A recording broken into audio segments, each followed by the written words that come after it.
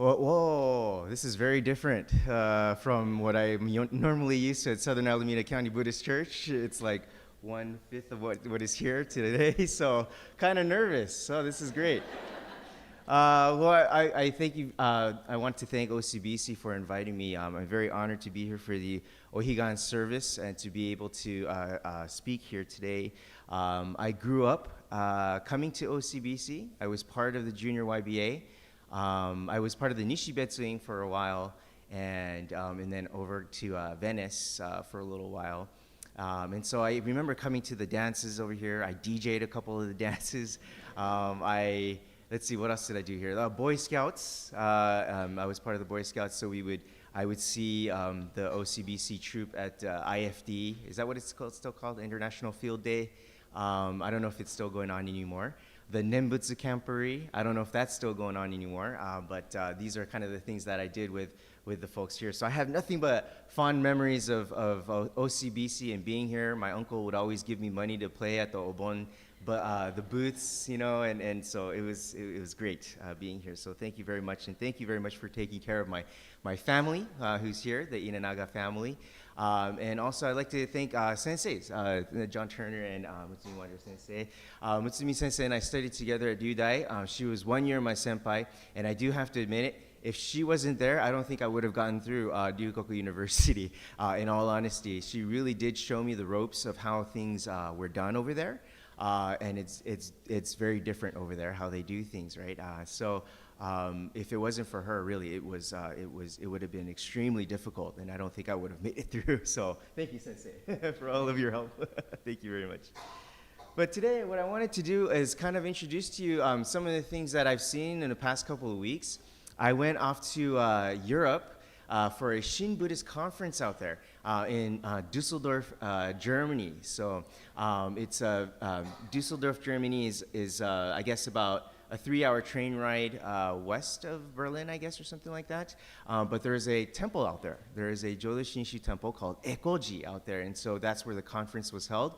And so I kind of made a trip out of it, and I took my family, and we went to a number of different places. So I'd like to show you a couple of different slides just to kind of show you what it's like over there in Germany, okay, or in Europe, okay?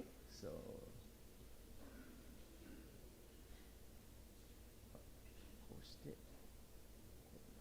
Okay, so the first place I went to was Amsterdam. This was only 1 day, so the only thing I really liked seeing was the Heineken brewery. And so that was a lot of fun. The architecture is beautiful. There's you could take a riverboat out there. It's just beautiful. The architecture is just amazing in Europe. So that was it for Amsterdam. Let me move on to Paris. Oh, so this is my son. We went to the catacombs, and so there's a kind of before and after picture here. The before is when he's really scared. He didn't want to go, so that's his scared look on the left over here. And then I kind of pushed him through it, and then had him go see all the sites in the catacombs. And then on the right, he got through it, and he's very happy now and relieved that he got through it. But this is the catacombs of Paris, okay? Oh, so those are real human bones now, okay? Those are real human bones that were kind of buried underneath in the quarry, underneath the city. Okay, so this is the Eiffel Tower and the Louvre over here on the right. And this is the Mona Lisa. I'm going to talk about this a little bit later, so I have a picture here of the Mona Lisa. Okay, and then this is Notre Dame Cathedral, which is, there's a crane right there, so it's still kind of under construction. There was a fire, I think, in 2019 during the pandemic, and they're still trying to kind of rebuild that area. Sainte-Chapelle, which is like a block over, but it's got these stained glass windows that just go all the way up. It's amazing how they build these things. It's just quite remarkable. And so that's my wife in case I kind of being blown away by the sights there. So I had to take him to an arcade center because he was starting to get tired of all the buildings. And so, and then he played a lot, and so this is him sleeping now. Sacred Heart of Montmartre, one of the landmarks over there. It's very beautiful in Paris. Gets you a nice view of the city. Okay, and then off to Berlin. Then we went to Alexanderplatz and the Berlin, I guess, TV tower, which is like a skyscraper. We went to a museum that exhibits a bunch of kind of optical illusions, and so this is kind of something that we did. This one we just took, I just took the picture, and then I turned the picture on the iPhone around, and so it looks like he's hanging upside down. Some other sites I don't remember. Here's the Berlin Wall, which is, of course, we all know, is when at one point the city was divided between communist Germany, communist Berlin, and the Western Bloc, which was capitalist. That's Checkpoint Charlie, one of the kind of few places in Berlin where there was an interchange between the two sides, where you can cross between one to the other. So some more pictures of the Berlin Wall. It's kind of, they made a mural out of it, so there's all these pictures on the wall now. Brandenburg Gate, we know this, it comes up often in our history books, and the whole history that went on there. Reichstag, the National Diet, they call it over there. And then the Memorial to the Murdered Jews of Europe. Okay. This is very interesting. It's a picture of a parking lot. But does anybody have any idea what this is? This is actually the place where the Führer bunker was, and so this is where Hitler's last moments were, and it's now a parking lot. Okay. And so this is the German Resistance Memorial. I don't know if you've ever seen the movie Valkyrie in the recent years with Tom Cruise, but it was based on this story, and this is where it actually took place. Okay. And then Cologne Cathedral, it's a magnificent building. And then lots and lots of this beer.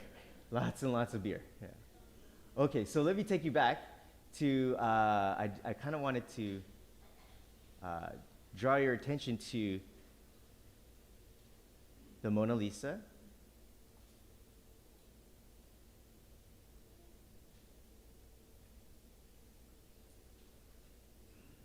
Okay, so let's see, let me collect my notes here. I'd like to talk a little bit about the Mona Lisa. Okay, a little bit about the Mona Lisa, and maybe perhaps a Jodo Shinshu kind of understanding of what the Mona Lisa is, because we all know this painting, and I always saw this painting, in class and stuff, but I never really, it's just like a picture of a woman. What's so great about it, right? And until I looked it up on YouTube. And I got some kind of information about why it was so great. And then apparently, so this painting was painted in 1503 by Leonardo da Vinci, right? And it's considered a masterpiece. And it's simply a portrait of a woman in front of a landscape. But there are some things about this painting that I like to share, because I think they connect with Jodo Shinshu Buddhism, believe it or not. So I'm not an art historian, so I'm not going to know all the details, and perhaps some of my details might be a little bit off, but please bear with me. So Leonardo da Vinci was considered a genius, right? He'd done all types of other professions. He was a, sculptor, philosopher, a scientist, did all sorts of different.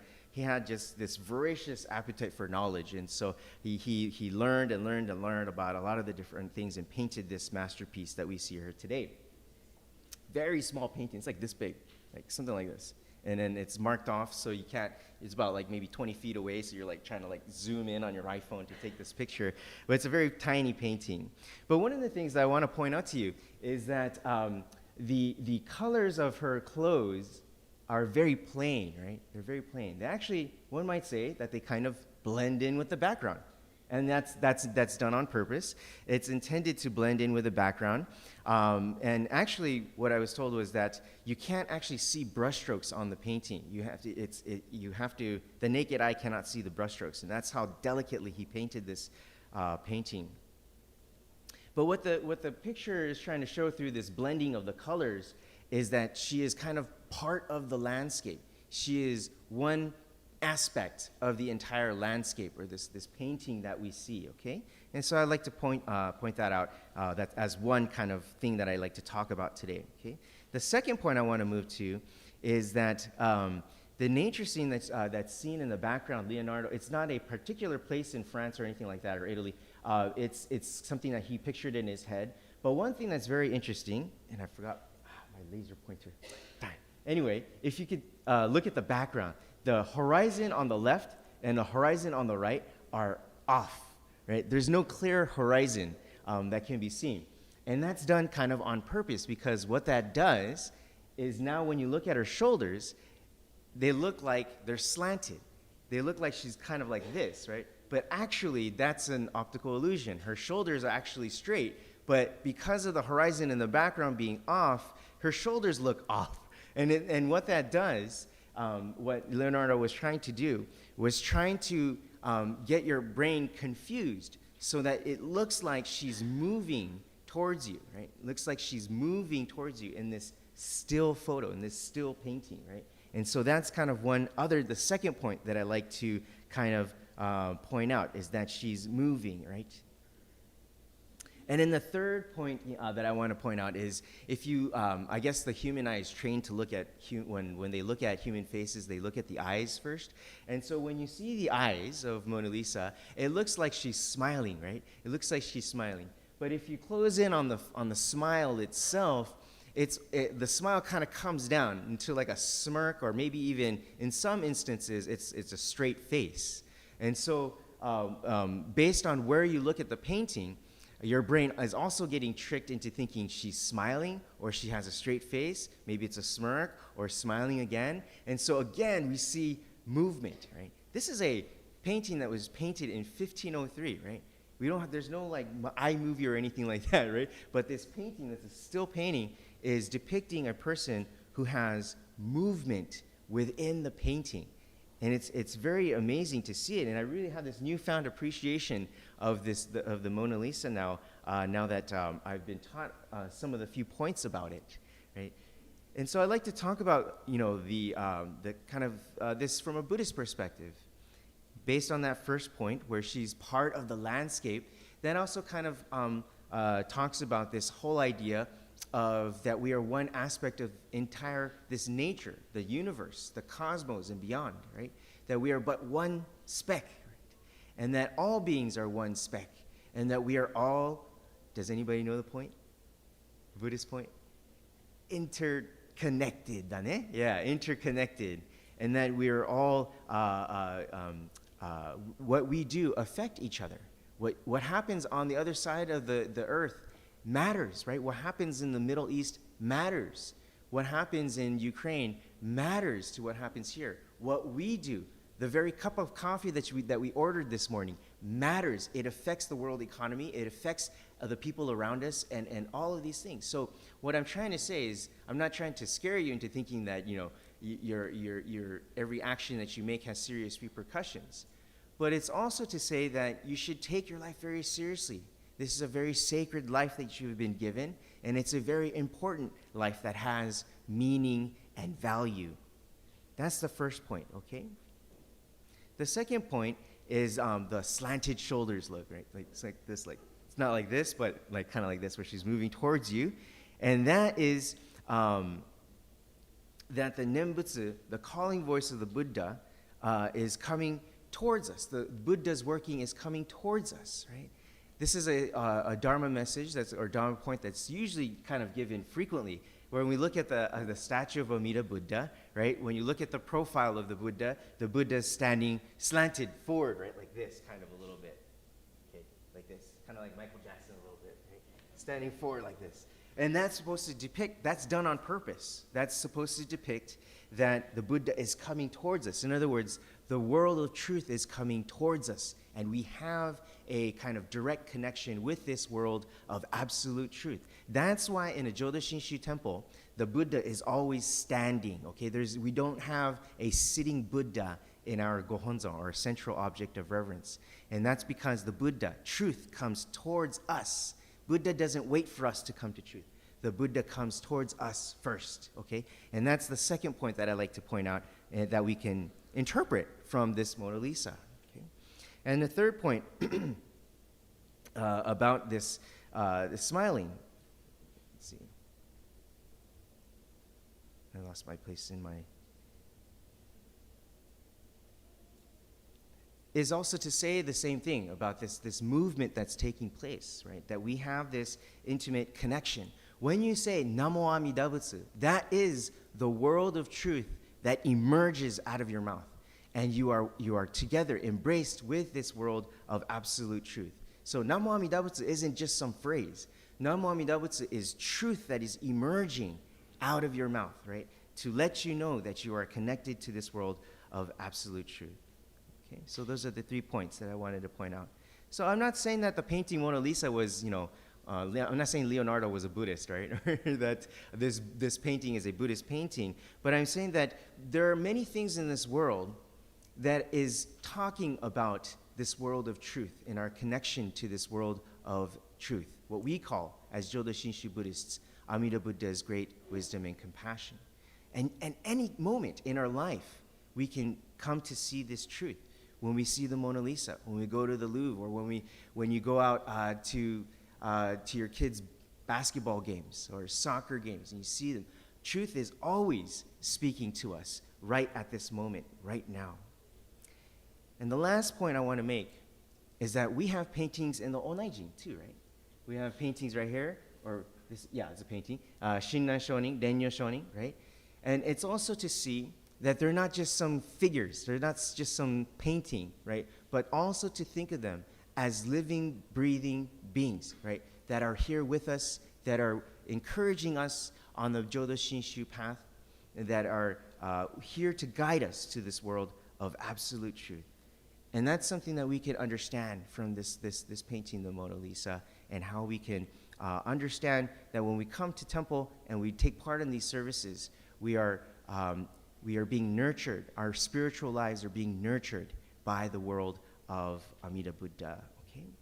And with that, I'd like to end today's Dharma message. I wanted to thank everybody for coming today and participating in today's service.